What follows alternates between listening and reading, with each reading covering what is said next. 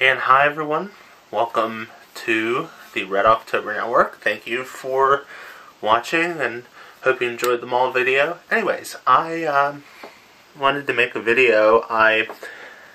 This has been on my mind for some time. I know everybody's interested in the political ramifications because the United States presidential election is only less than 2 weeks away. It's 13 days away. I got my voter registration in the mail today. I'm glad. I am going to vote. Anyways, I wanted to talk to you guys about a topic which is near to me and dear to me. It's this whole idea of job creation. Now, as you know, I work retail right now. I don't have a full-time position. I've been basically making minimum wage. I'm living at home. This is my mother and stepdad's house, and so I obviously have a vested interest in finding out, okay, how can I get a job? Well, there's a lot of things that go into that. First off, we always hear about this whole idea, you know, there's 23 million underemployed and unemployed. You hear there's 88 million unemployed. So you hear all these numbers. Now, the thing is with it is that some candidates like Mitt Romney said we can create 12 million jobs and we can get the people who graduated from college back to work. And that's all fine and dandy, except there's one big problem with it. And that is the whole topic of, well, how do you train these people? First off, I will say this right now, that there is basically no way that you're going to get all those college graduates, the 85% living at home, the 50% who are unemployed or underemployed. There's no way you're going to get them a job unless they get some training. A lot of college graduates are untrained. They don't have any job training, so they don't have any skills or knowledge or talents. Like, you know, if you go to trade school or something, you know how to turn a wrench, or you know how to turn a pipe and make $1. There's really where we could go and get jobs. First off, I think the companies basically are thinking to themselves, okay, I gotta tell you something.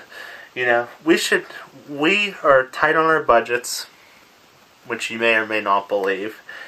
So we think instead of us training, we should get State U to train you, or ITT, or Penn State, or Pitt, or Temple, or Yale, or Harvard, wherever you want. And so we'll pass the cost on to them. The problem is with that is that really the level of product, if it hasn't been steady, it's been going downhill. And a lot of companies just do not trust people, do not trust these schools. But they still want that Master of Science degree. And the problem is with it is that college students in general are not great to hire. A lot of them are unknowns. A lot of them, frankly, most of them have problems with paying attention or needing to be rewarded. And, you know, it may or may not be true about you if you're watching this video. But nonetheless, everybody has a stigma that it's the entitlement generation. It's the me generation. It's a generation that cannot get away from the cell phone. They have to text and they have to goof off and all this bullshit. Now, the problem is with it is that there simply will never be enough jobs for all the college graduates, on top of all the people who are laid off. There's just not going to be that many. It's just an issue. So I think if you want to take a political stand on it, one of the things that these candidates should include in their package is to be able to go and offer training to people so they can get jobs that are in demand. Simply saying I'm going to create 12 million jobs is not going to work. It's not going to, because government doesn't create jobs, first off. You have to entice private industry to create the jobs. And to get the jobs created, you have to offer incentive to these companies to hire people. Because you look at it, everybody wants experience now. College students don't usually have experience. And yeah, they have internships, but they're unpaid. You would think somewhere along the line that, you know, these companies would go and they would be willing to pick up somebody, but they're just not sure about it because on the front side, on the public show, they're saying, but we're experiencing tough times and we're experiencing Obamacare and everything. We can't hire anybody. The problem is with it is that too many companies have gotten used to outsourcing everything, which, by the way, is something I've been wanting to talk about for some time, and that is the problem of outsourcing. The next big wave of outsourcing, and this is a big thing with college students because usually these are jobs that are entry level, they're low level labor. The next wave of outsourcing and offshoring is going to come after the elections. You've heard it here first. And it's going to be all the majors that basically do not have to be done locally, like engineering, accounting, medical technicians, pharmacy technicians, all that stuff. It is all going to be offshored in the next 3 or 4 years. Why do I say this? Because companies do not want to hire anybody here because it costs too much. And yeah, it's going to mean there's going to be more offshoring and there's going to be more loss of jobs. But I hate to say it though, these companies though at the top, just like my mother would say, the people who are making 6 figures feel just fine because they're guaranteed jobs. But there's the problem.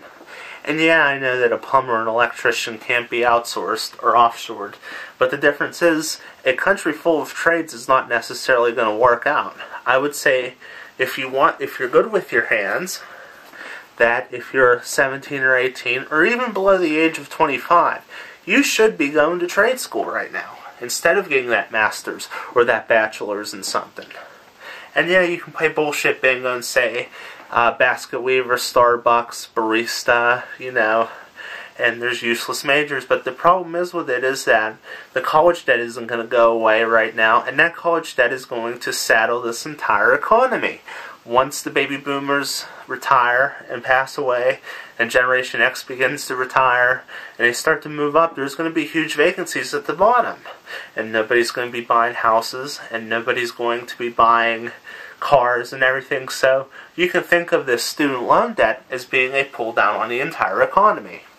Now, I think to some point that we don't have a lot of solutions to this right now, and I think we still have to make it so private industry will hire the entry-level people.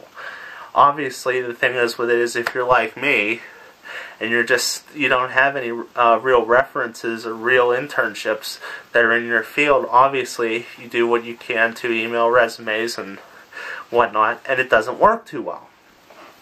But it is interesting that you still have to have the connections and you have to have the experience, which you're never going to get unless you have one or the other.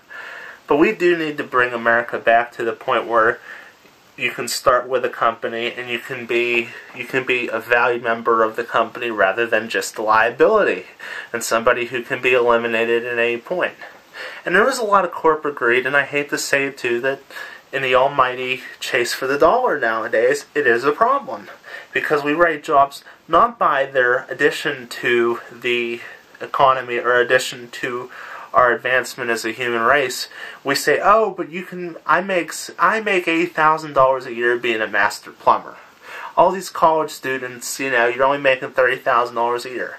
Well, the thing is with it is, I hate to say it, but if you're not good with your hands and you're an asshole as a plumber, I'm not going to hire you. And you know what?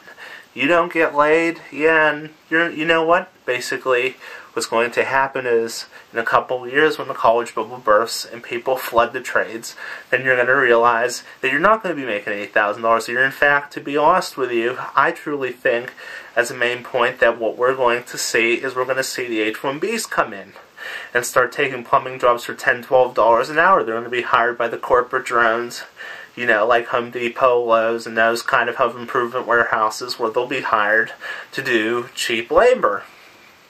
It happened with everything else. It happened with NAFTA. It happened with Walmart and all the other stores. We'll just see that there and then. And that is a problem.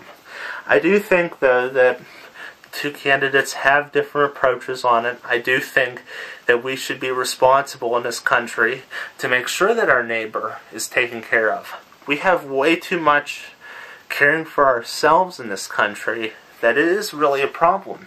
It is. And I just don't know how we can go forth in just continuing to treat each other like we're money-making people. And yeah, I gotta tell you something.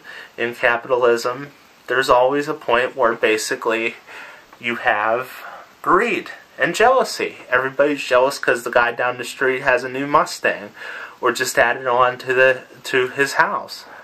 And that's the problem with capitalism. And it's not to say that it's bad or anything, but obviously it's something you have to consider. So anyways, that's a thought, and I do want to, I'm not going to post any more political rants. I'm not going to support one candidate or another. I'm going to let you do the decision on that.